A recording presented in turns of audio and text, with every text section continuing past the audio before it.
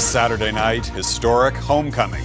The Artemis II crew recounts their record-breaking voyage. It's the human experience that is extraordinary for us. Plus, how their mission is inspiring a new generation to shoot for the stars. We're planning to our best ability in every way, an actual, Mars habitat. Shaky ceasefire. Senior officials from the U.S. and Iran hold their first direct talks in decades. Is Iran ready to throw away everything that they've accomplished so far in the diplomatic process? And wildfire warning, why the summer forecast is cause for concern. Global National. Reporting tonight, Jeff Semple. Good evening and thank you for joining us. We begin with breaking news. The Artemis II crew have just spoken publicly for the first time since landing back here on Earth. Their successful splashdown late yesterday marked the end of a record-breaking trip around the moon. The 4 astronauts, including Canadian Jeremy Hansen, arrived in Houston late this afternoon to a hero's welcome. Our Mike Armstrong was at that welcome ceremony for us. So Mike, what did the astronauts have to say?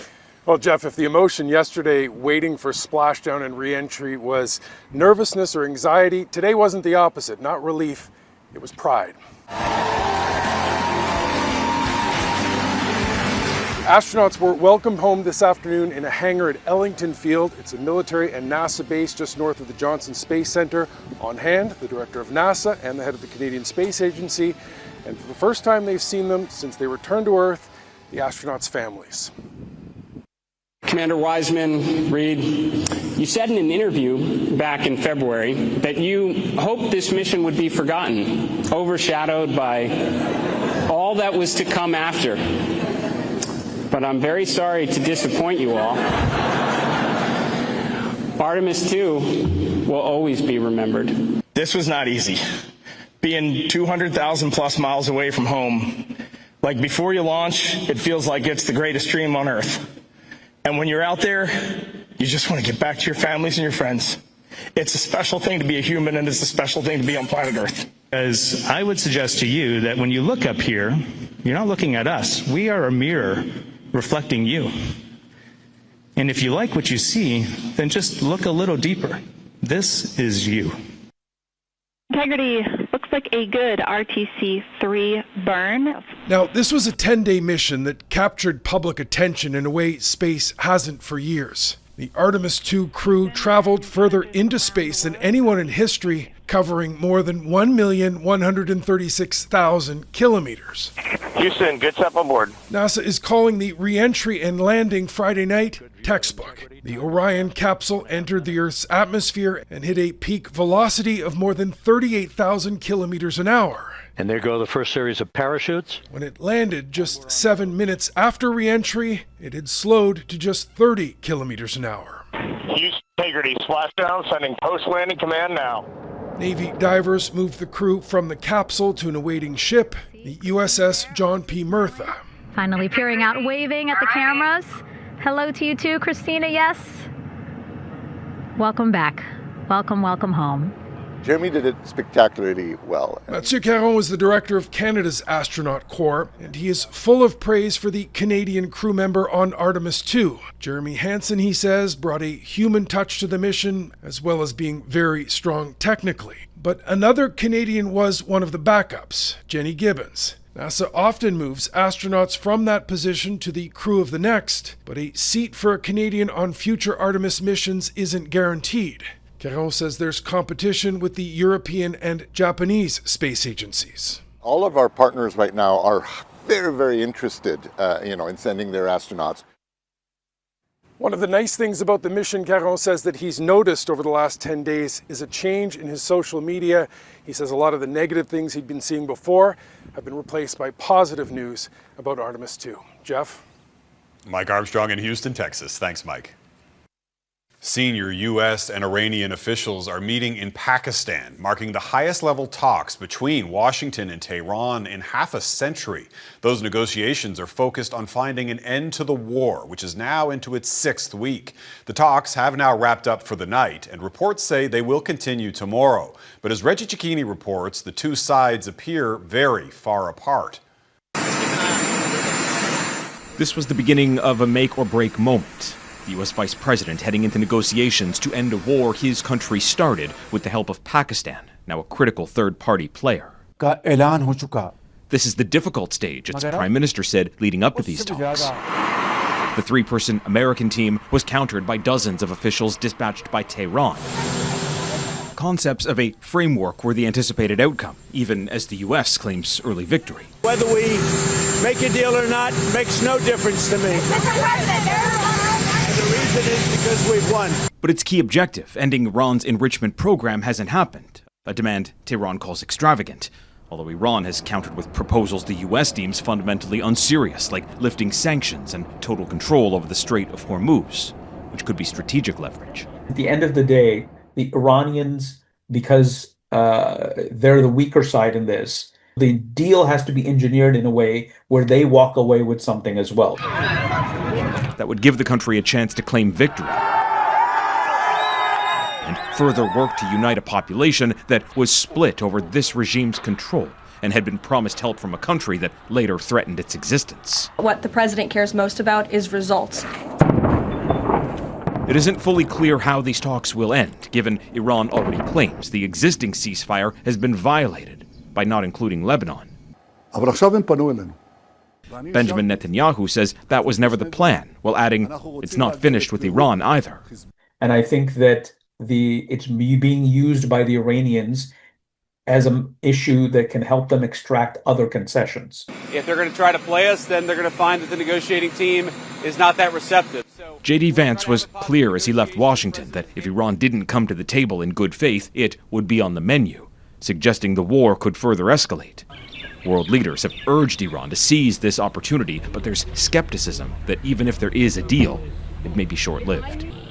Reggie Cecchini, Global News, Washington. As Reggie mentioned, topping the list of U.S. demands is for Tehran to completely reopen the Strait of Hormuz to global oil shipments. That strait remains largely closed. Ship tracking data shows that only a few tankers passed through today. The strait's closure has sent global gas prices soaring. In a social media post, President Trump claimed that the U.S. is now starting the process of clearing out the strait. The Pentagon says U.S. forces are preparing to remove mines that were laid by Iran last month. Iran is denying claims that 2 U.S. warships passed through the strait today. A loro gridiamo, fermatevi, è il tempo della pace. Pope Leo condemned the U.S.-Israel war on Iran, demanding that world leaders stop fighting and negotiate peace. He denounced what he called the delusion of omnipotence, fueling the madness of war. Those remarks from the American-born Pope are his strongest condemnation yet of the conflict.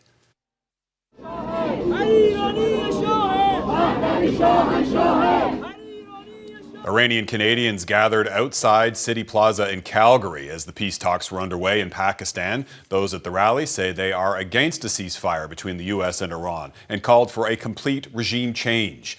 Rallies were also held outside U.S. embassies and consulates in Edmonton, Regina, and Saskatoon.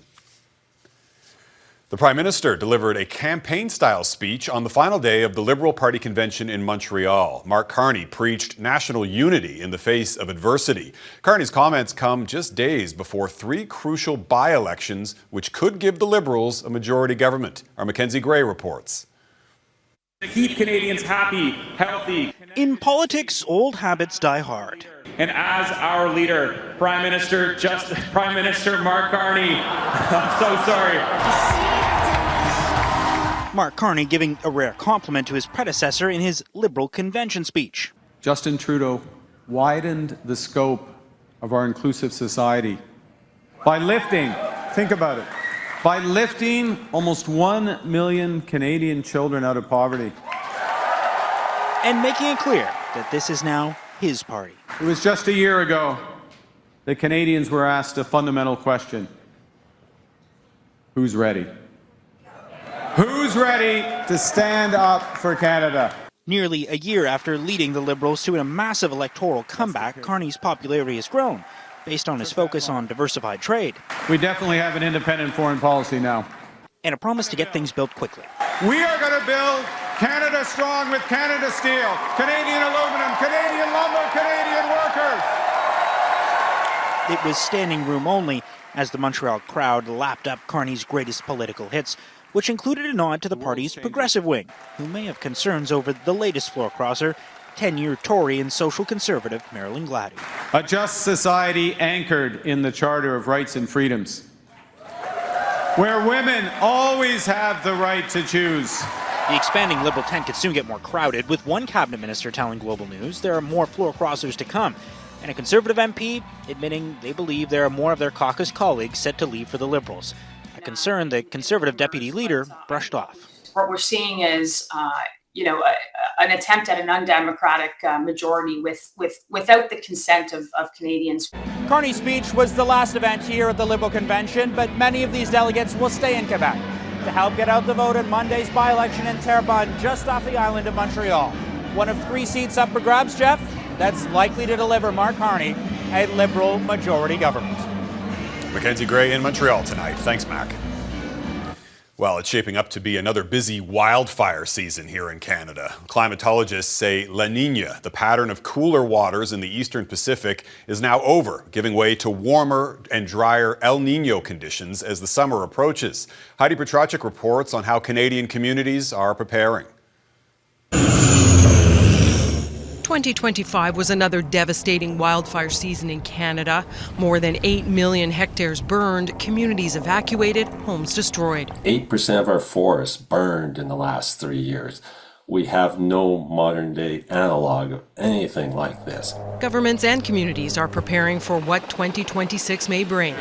Anticipating an active year, New Brunswick has earmarked $6.7 million for fire preparedness and prevention. We have had one of the driest winters in decades, with 10 consecutive months of below normal precipitation. And there are predictions of higher than average summer temperatures. And maybe in what they call a strong or super El Nino. So our forecast for the summer may be conservative. It may actually be warmer than what we expect. In Alberta, Parks Canada has been taking steps to reduce wildfire risk in the Jasper area. It will be using prescribed burns after already thinning and removing vegetation. Oh, no. Last year was Manitoba's worst wildfire season on record. 2 people died. More than 30,000 fled their homes. We know last year when the season started, there was 60 plus vacant positions in the wildfire service. So the Government Employees Union has been urging the province to hire more. From what I understand, they've started hiring sooner, so they'll have more boots on the ground sooner, hopefully. We'll be working on a wildfire prevention plan in the coming weeks. Residents in the Conception Bay North area of Newfoundland and Labrador are still recovering from the massive fire that destroyed roughly 200 structures there and forced thousands from their homes. The community is focusing on bouncing back. The rest of the work that we need to do is roll up the sleeves and get stuff done. This is a really important time to observe fire bans and be very careful with fire. There are already wildfires in British Columbia and Alberta. That's not unusual, but a reminder of what's still ahead. Heidi Petracek, Global News, Halifax. A temporary truce in Ukraine coming up. Emotional reunions as Moscow and Kyiv exchange prisoners over the Orthodox Easter weekend. The guns in Ukraine were supposed to fall silent this weekend for a 32-hour ceasefire marking the Orthodox Easter weekend. But within hours of that truce taking effect today, Ukrainian officials accused Russia of launching more drone attacks. Despite the ongoing fighting, both sides did deliver on one aspect of the ceasefire agreement, a prisoner swap. Our Jillian Piper reports on the family reunions. A flood of emotions as 175 Ukrainian prisoners of war finally return home. This mother yells, "My little boy," in a long-awaited embrace from her son, who she says was captured by Russia on the first day of the war more than 4 years ago. The release right before a 32-hour ceasefire between Moscow and Kyiv to mark Orthodox Easter, but just hours ahead of the temporary truce taking effect, Russian drone strikes killed at least 2 people in the Ukrainian city of Odessa overnight, casting doubt over the viability of the fragile agreement. The ceasefire is a good thing, of course, but we are all on edge, this Odessa resident says. No one sleeps. It's like Russian roulette, whether it hits or not. This time it hit. It's devastating. The recent destruction shattering the optimism some had. Yesterday was a good day. Yesterday was my birthday, this man says. And today, here is my apartment where tenants once lived. It's gone.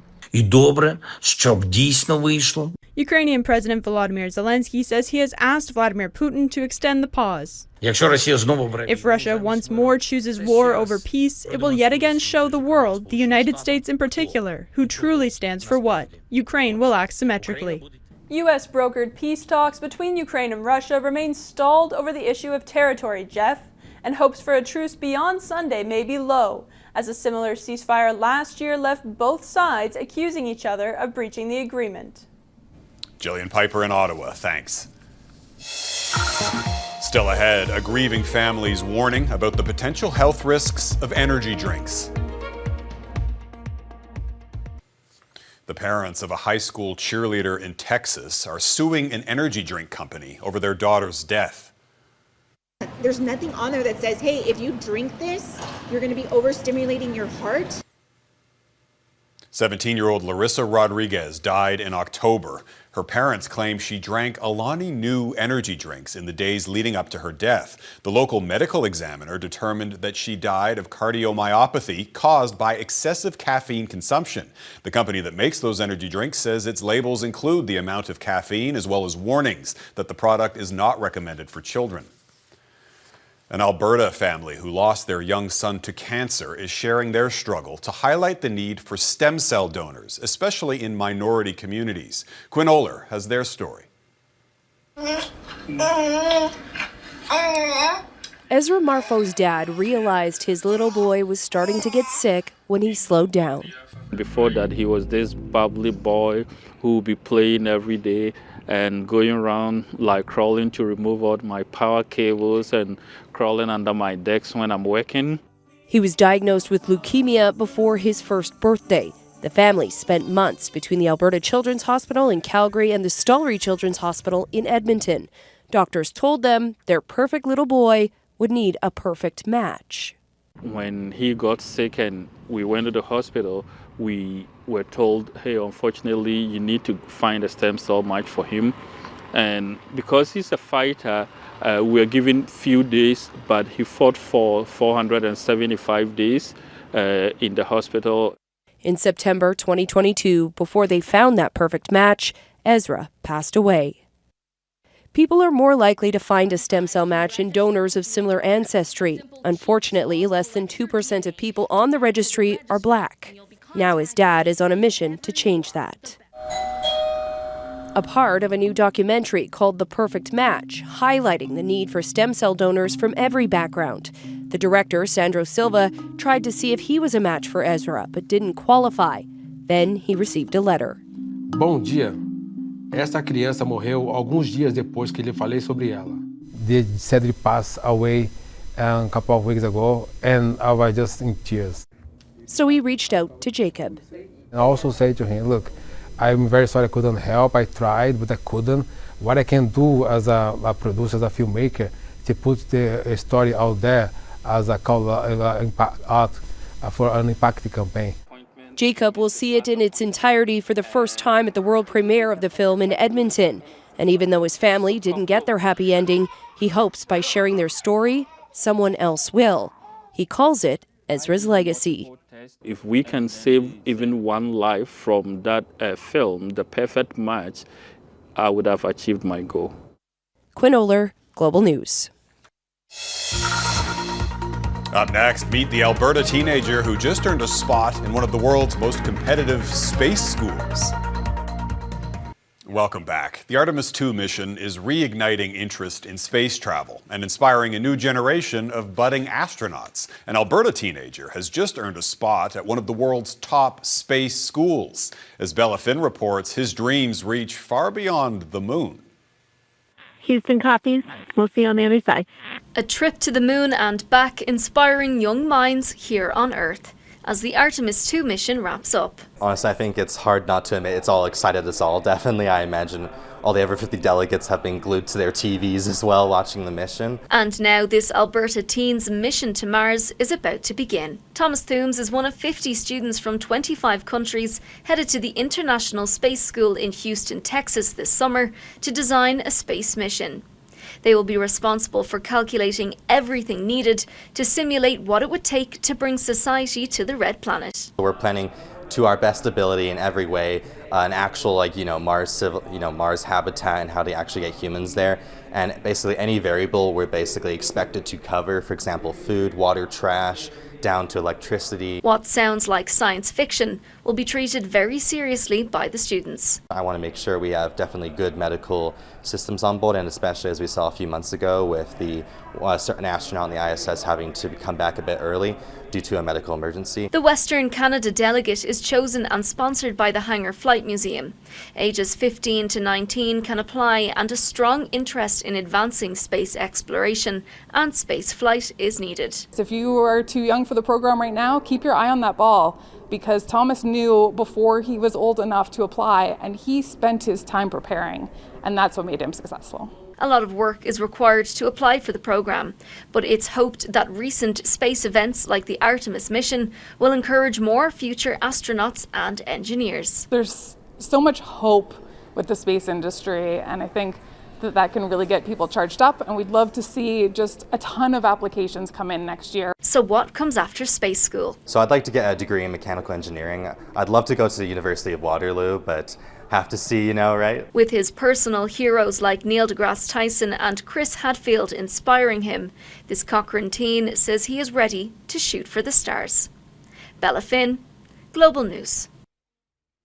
And that is Global National for this Saturday. I'm Jeff Semple. Tonight's Your Canada is Sulphur Mountain in Banff National Park.